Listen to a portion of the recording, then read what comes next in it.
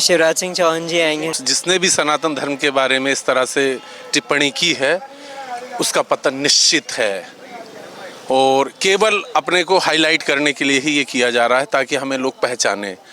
सनातन धर्म युगों युगों से था, है और रहेगा। जब तक सूरज चांद रहेगा सनातन धर्म बना रहेगा। मामा जी। हाँ मामा जी। अच्छा, मामा भांजे का प्यार इतना क्या प्यार है ऐसा मामा भांजे? वो चीज़ नहीं है सर, बट कांग्रेस ने जो पिछले टाइम से किया है, मतलब पहले जब कांग्रेस रही थी तब कुछ प्रोग्रेस वगैरह नहीं थी। अब प्रोग्रेस बहुत हो रही है धीरे धीरे। आप मानोगे नहीं, उन्होंने इतनी सारी योजनाएं अभी बनाई हैं, बहुत सारी चीज़ें लोगों के लिए। मतलब एक बहुत अच्छा ही है कि उन्होंने अच्छा किया है चीज़ें, यही चीज़ है। बाकी इसलिए कांग्रेस से तो मेरे को तो नहीं लगता कि आगे कुछ होगा हमारा। और जो अपना सनातन धर्म है इसके लिए तो और वो ना बढ़ाने की तो बिल्कुल सोचेंगे ही नहीं। बढ़ाने की क्या? मलेरिया डेंगू तो वही पैदा हुए हैं जो इस तरीके की बात करते हैं, मगर इनको ये नहीं मालूम कि हमारा क्या धर्म है और हमें क्या करना है। धर्म से हट करके ये अपनी लालच में, और हमेशा आप देखते हैं गुलाम अगर देश हुआ है तो लालच से हुआ है। अपनी लालच जिसने भी करी थी उनको ख़त्म कर दिया गया था। क्या चंदों की वजह से? हाँ, अंग्रेज़ों ने चाहे आपने मुग़लों ने जो भी अपने राजा से गद्दारी करके आए थे तो वो उनको दिया गया था। और आज जो है वही है, ये लोग लालच, अपनी लालच कर रहे हैं, दूसरों को मदद कर रहे हैं और आगे चल के इनका ही खाते होना है। और हम तो ये जानते हैं कि हिंदुस्तान की किस्मत उसी दिन खराब हो गई थी जिस दिन कांग्रेस नेहरू यहाँ का प्रधानमंत्री बना था। मध्य प्रदेश की राजधानी भोपाल में इस समय मैं मौजूद हूं। कुछ ही महीनों में यहां पर विधानसभा के चुनाव होने वाले हैं, उसके बाद जो है 2024 लोकसभा चुनाव होंगे। लेकिन उससे पहले तमाम राजनीतिक पार्टियां अपने हिसाब से जनता को लुभाने का प्रयास कर रही हैं। लेकिन इसी बीच आज यहां पर अगर बात की विपक्षी गठबंधन की, तो कांग्रेस के साथ सहयोगी दल जो है डीएमके, वहाँ उनकी जो सरकार है तमिलनाडु में, उनके जो मुख्यमंत्री हैं स्टालिन, उनके बेटे की तरफ से आज एक बड़ा स्टेटमेंट सनातन धर्म को लेकर के दिया गया। इस समय मैं भोपाल में ही एक मंदिर के बाहर मौजूद हूँ। जो जनता पूजा अर्चना करके बाहर आ रही है उनसे राय जानेंगे। उनकी सबसे पहले नाम बताइए आपका। उमेश कुमार शुक्ला। यहीं के रहने वाले भोपाल के? जी। अच्छा सर, आज एक स्टेटमेंट आई है तमिलनाडु में, डीएमके की सरकार है कांग्रेस के साथ, और उनके जो मुख्यमंत्री है स्टालिन, उनके बेटे की, और उन्होंने तुलना की है सनातन धर्म की मलेरिया और डेंगू से और कहा है कि इसको आप विरोध नहीं, इसको तो ख़त्म ही कर देना चाहिए। इस स्टेटमेंट को कैसे देखते हैं सर आप? ये बिल्कुल मूर्खतापूर्ण बयान है और अनावश्यक कोई कुछ भी बोल रहा है सनातन धर्म के बारे में। ये पतन का ही सबसे बड़ा कारण है। इनका पतन निश्चित है। जो धर्म के बारे में विपरीत टिप्पणियां करते हैं, ये जो अपना अलग वो बनाने के लिए, क्रेज़ बनाने के लिए कि हमारा क्रेज़ अलग होगा, किसी पर्टिकुलर है उसको लेके हाइप बनाने। हाँ, कि हम जो अलग एक मतलब हाईलाइट के होने के लिए, तो ये ऐसे लोगों का जो है नाश होना निश्चित है जो धर्म के बारे में विपरीत टिप्पणी करते हैं, निश्चित है। और ये केवल राजनीतिक फायदे के लिए ये सब करते हैं। इनका विनाश निश्चित है। विनाशकाले विपरीत बुद्धि, इसलिए अनाप शनाप बयान कर रहे हैं। कुछ महीनों में कहा जा रहा है 2 से 3 महीनों के अंदर ही मध्य प्रदेश में चुनाव हैं और मुख्यतः यहाँ पर बीजेपी कांग्रेस पार्टी, और वहाँ पर कांग्रेस की सरकार है उनके साथ कोलिशन में, और कांग्रेस ने भी बैक किया है। पी चिदम्बरम के बेटे कार्ति चिदम्बरम ने सही बताया, उन्होंने कहा कि हाँ वैसे ही सनातन धर्म जो है जातियों में बटा हुआ है। तो कांग्रेस बैक कर रही है स्टेटमेंट को, क्या उसका नुकसान होगा कांग्रेस पार्टी के बारे में मैं कुछ नहीं कह सकता, इसके बारे में मैं कुछ भी नहीं बोल सकता।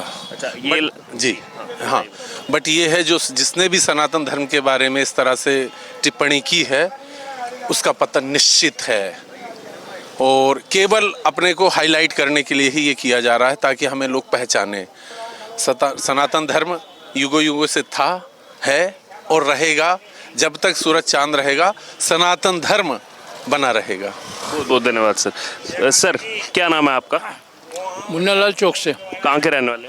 भोपाल। भोपाल के ही रहने वाले हैं। सर कुछ महीनों में यहाँ विधानसभा चुनाव भी हैं, लेकिन उससे पहले मैं स्टेटमेंट लेना चाहूँगा। आज यहाँ पर अभी मंदिर के बाहर मौजूद हैं, लेकिन तमिलनाडु के जो मुख्यमंत्री हैं स्टालिन, कांग्रेस डीएमके के साथ सरकार चला रहे हैं, उनके बेटे ने आज सनातन धर्म को लेकर कहा है कि ये जो है मलेरिया डेंगू की तरह है और इनको जो है ख़त्म करना, मिटाना ज़रूरी है। सर कैसे देख रहे हैं इस स्टेटमेंट को? सर सनातन धर्म तो हमारे खून में बसा हुआ है, हिंदू हैं और हिंदुस्तान सनातन धर्म से पहचान है। तो हिंदुस्तान में जितने भी 140 करोड़ लोग रहते हैं तो उसमें 120 करोड़ लोग तो सनातन धर्मी हैं, जो हमारी आस्था भगवान से जुड़ी है, हिंदू धर्म से। हमारा संस्कार बचपन से यही सिखाते हैं ना, हिंदू संस्कृति जो हमारे सनातन धर्म में हम जो पालन करते आ रहे हैं वो तो हमारे खून में रसा बसा है।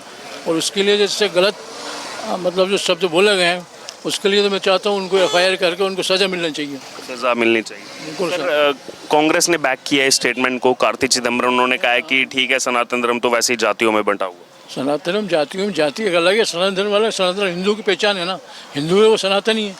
वैसे कौन सा हिंदू सनातन धर्म को नहीं मानता? अगर वो हिंदू है, सनातन धर्म है तो हिंदू, अगर सनातन धर्म नहीं मानता वो हिंदू नहीं है, वो तो अदर कास्ट माना जाएगा। जो सनातन धर्म में जो हिंदू है वो अपनी आस्था रखता है, मंदिर में जाता है, घर में पूजा पाठ करता है, हैं अपने बच्चों को वही संस्कार देता है अपने माता पिता की सेवा करना, दूसरों को अच्छा भलाई करना है, किसी का बुरा नहीं करना। तो ये तो सनातन धर्म में सिखाते हैं हमें। किसी को बुरा करना तो नहीं सिखाते हम कि हम किसी को मारो काटो, ये तो नहीं सिखाते। हम तो अहिंसा के पुजारी हैं। सनातन में हमारा यही बसा हुआ कि हम भी खुश रहें, सब आप भी खुश रहो। यहाँ से थोड़ा मैं आगे पॉलिटिकली जो है यहाँ पर सवाल पूछना चाहता हूँ, क्योंकि दिल्ली से हमारी टीम आई है यहाँ पे सर्वे के लिए।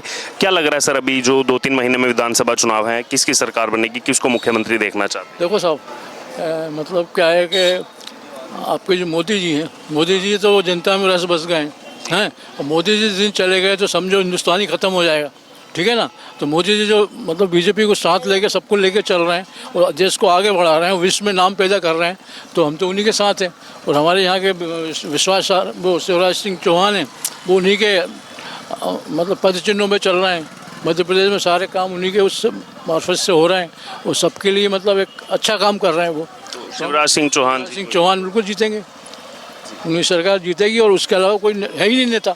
और अगर कांग्रेसी नेता है तो ये जो मध्य प्रदेश में जो काम चल रहा है ना, ख़त्म ही हो जाएगा साहब। वो कायदे से कहना चाहिए कि हिंदू को ख़त्म हो जाए, हिंदू को डर पैदा हो जाएगा। अभी तो हम एक शिवराज मामा जी को हाँ, हम अभी हिंदू लोग हैं तो हमें हमारी बीजेपी तो हमें अपना एक सुरक्षा मिलती है। हमको यहाँ भी खड़े हैं, सुरक्षित खड़े हैं। जिस दिन अगर मतलब बीजेपी नहीं रहेगी तो हमारी सुरक्षा खत्म हो जाएगी। हमको यहाँ से वहाँ जाने में डर लगेगा, अपनी माँ बहनों को ले जाने में डर लगेगा। हम अभी निडर हो गए, निडर हो गए, आपके पास भी आऊँगा। निडर होकर हम चल सकते हैं, निडर हैं, बच्चे भी डरते हैं। और अगर हमारा ये बीजेपी चली गई ना तो हम लोग का ये होगा कि हमको जैसे कश्मीर से हिंदुओं को भगाया यहाँ से ही भगा देंगे वो ये स्थिति हो जाएगी। रतन सचदेव जी सर, कहाँ के रहने इसकी वजह से ये सब इतने सब आस्थाओं को ठेस पहुंचा रहे हैं।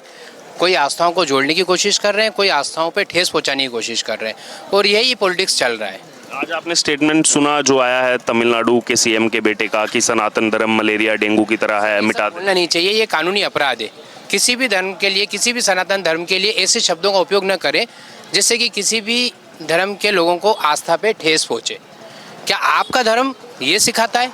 किसी का धर्म ये नहीं सिखाता। वो भी एक ऐसे रिस्पेक्टेड डिग्निटरी की तरफ से जो कैबिनेट मंत्री हैं तमिलनाडु। सर, ये दिखाना चाह रहे हैं कि ये अपने हिंदुस्तान के अंदर जो आज तमिलनाडु के अंदर जो सरकार बनाई गई है वो किस उद्देश्य पे आगे चलने वाली है। इस बात को माननीय श्री मोदी जी को विशेष और कदम उठाने पड़ेंगे सख्त। इसमें आने वाले चुनाव के लिए इस आम जनता को सहयोग करना पड़ेगा, तभी ये कदम हमारे पीएम मोदी जी आगे कठोर कदम उठाने में समर्थ रहेंगे। सर 2 से 3 महीने में यहाँ पर चुनाव हैं, क्या लग रहा है आपको यहाँ क्या होगा? 2 से 3 महीने में जो चुनाव है सर, आप कई प्रकार की गतिविधियां से देख सकते हैं, आस्थाओं को लेके, सांप्रदायिक मुद्दों को। और ये सर कॉमन सी बात हो गई है कि एक हिंदू मुसलमान आज मन में है सर सबके। जो चीज़ हिंदुस्तान आज़ाद होने के समय से विराम गति पे चली गई थी, आज उस चीज़ को वापस पॉलिटिक्स आगे बढ़ा रही है, सिर्फ अपने अपने वोट के लिए।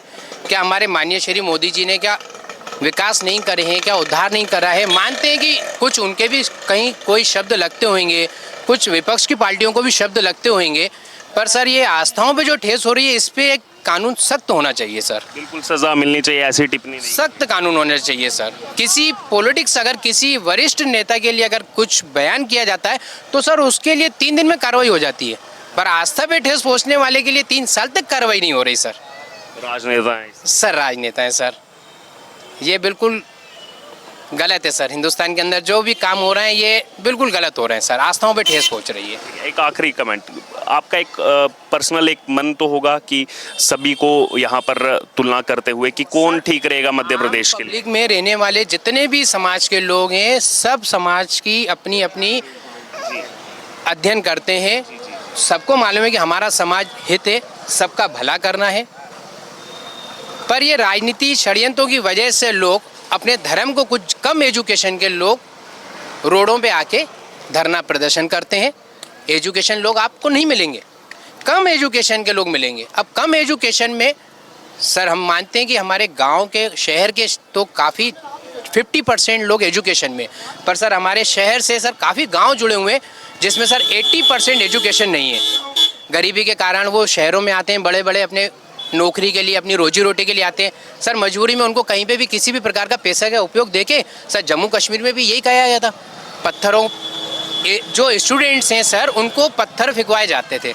सर इस बात का मीडिया ने खुलासा करा और ये सत्य भी निकला। और 370 हटने के बाद 91% कम भी हुआ। आज हमारे मोदी जी ने जो 370 धारा हटाई, क्या गलत है? मैं मोदी जी का समर्थक नहीं हूँ, मैं एक आम पब्लिक से कहता हूँ क्या गलत है क्या सही है। सर वो एक इंडिया का टुकड़ा था, उसको इंडिया में वापस लाया गया, कहीं कोई गलत तो नहीं हुआ सर। ये आम पब्लिक आज सर हमारा, आप ये देखिए, अभी मेरी बच्ची एजुकेशन पढ़ रही थी सर, उसमें उसने बताया कि सर ये देखिए अपना मतलब इंडिया का कितना ऊपर जा रहा है, कितना विकास हो रहा है। सर अभी आपको मालूम है 8 सितंबर को क्या होने वाला है सर? अभी तो ये गया है आदित्य दिल्ली में सर G20 समिट में, तो उसको 20 समिट। सर आज मुझे नॉलेज, मुझे मेरी बच्ची ने दिया सर, नेट लेके एजुकेशन कर रही थी, 11th क्लास में है सर। मैंने देखा बेटा ये आप क्या देख रहे हैं, उसने बताया पापा आपको मालूम नहीं 8 सितंबर को दिल्ली में पूरे 20 कंट्रियों, शक्तिशाली देश। हमारे चैनल पर आप विजिट करेंगे, आपको 10 वीडियोस मिल जाएंगे, वो कवर तो सर हमारे लिए कितने भाग्यशाली की बात है सर, ये जो हमारे देश के अंदर आज इतनी बड़ी प्राइम मिनिस्टर ही आ रही है सर। तो सर इससे विकास है हमारे देश का, उद्धार है, बेरोजगारी पे रोजगार मिलेगा। जब बेरोजगारों को रोजगार मिलेगा तो सर कौन पैसे लेके पत्थर फेंकेगा किसी के घर में? इसकी बहुत बड़ी कमी है सर। और इसके लिए सर काफ़ी स्कूलों की सुविधाएं हुई हैं, काफ़ी हॉस्पिटलों की सुविधाएं हुई हैं, बहुत अच्छी अच्छी सुविधाएं हो रही हैं, पर लोग सर अब अपनी रोजी रोटी सही तरीके से न कमाने के लिए गलत तरीके से उसका उपयोग कर रहे हैं। शॉर्टकट जाता है। जी क्या नाम है? उदय सचदेवा। कहाँ? यहीं भोपाल के रहने? या अच्छा, आपका एक युवा होने के नाते क्या टेक है, क्या लग रहा है 3 महीने बाद कौन आपको सब में कुछ ना कुछ कमियां रहती हैं, खामियां रहती हैं, और सब में कुछ ना कुछ अच्छे गुण भी रहते हैं, इन सब में तुलना करते हुए आप किसको देखना चाह रहे हैं कि नहीं अभी ये मुख्यमंत्री बनेंगे तो ठीक रहेगा मध्य प्रदेश? मेरे हिसाब से तो मोदी जी वापस से आएंगे तो अच्छा रहेगा। तो सेंटर में, मैं मध्य प्रदेश की बात कर रहा हूँ। ये शिवराज सिंह चौहान जी आएंगे। मामा जी? हाँ मामा जी। अच्छा, मामा भांजे का प्यार, इतना क्या प्यार है ऐसा मामा भांजे? वो चीज़ नहीं है सर, बट कांग्रेस ने जो पिछले टाइम से किया है, मतलब पहले जब कांग्रेस रही थी तब कुछ प्रोग्रेस वगैरह नहीं थी, अब प्रोग्रेस बहुत हो रही है धीरे धीरे। आप मानोगे नहीं, उन्होंने इतनी सारी योजनाएं अभी बनाई हैं, बहुत सारी चीज़ें लोगों के लिए, मतलब एक बहुत अच्छा ही है कि उन्होंने अच्छा किया है चीज़ें, यही चीज़ है। बाकी इसलिए कांग्रेस से तो मेरे को तो नहीं लगता कि आगे कुछ होगा हमारा, और जो अपना सनातन धर्म है इसके लिए तो और वो ना बढ़ाने की तो बिल्कुल सोचेंगे ही नहीं। बढ़ाने की क्या बात? डीएमके कांग्रेस की सरकार है, वहाँ तो बयानबाजी हो रही है कि मिटा देना चाहिए, मलेरिया डेंगू की तरह है, जबकि सनातन धर्म ने तो पूरी दुनिया को जो है यहाँ पर पथ दिखाया है। सर वो तो सिर्फ एक भड़कावा है, आपको पता है पॉलिटिक्स से रहती है सब, वो तो किसी को भी नहीं करना चाहिए। वैसे ये चीज़ बहुत गलत है, कानूनी अपराध है ये। बहुत धन्यवाद। जी सर क्या नाम है? हरपाल सचदेव, कहाँ के रहना? भोपाल की। भोपाल के रहना। अच्छा, पहले बयान तो इसी पर लेना चाहूँगा। मंदिर के बाहर इस समय मैं मौजूद हूँ और सनातन धर्म, पूरी दुनिया जानती है कि पूरी दुनिया को रास्ता सनातन धर्म ने ही दिखाया, युगों युगों का इतिहास है। और आज जब एक नेता की तरफ से जो कैबिनेट मंत्री हैं तमिलनाडु में, डीएमके कांग्रेस सरकार का चेहरा है, विपक्षी गठबंधन का चेहरा, वो आकर कहते हैं कि सनातन धर्म तो मलेरिया डेंगू की तरह है, इसको ख़त्म कर दो, इसको मिटा दो, तो क्या लगता है आपको इन सब के पीछे? क्या है कि मलेरिया डेंगू तो वही पैदा हुए हैं जो इस तरीके की बात करते हैं, मगर इनको ये नहीं मालूम कि हमारा क्या धर्म है और हमें क्या करना है। धर्म से हट करके ये अपनी लालच में, और हमेशा आप देखते हैं गुलाम अगर देश हुआ है तो लालच से हुआ है। अपनी लालच जिसने भी करी थी उनको ख़त्म कर दिया गया था।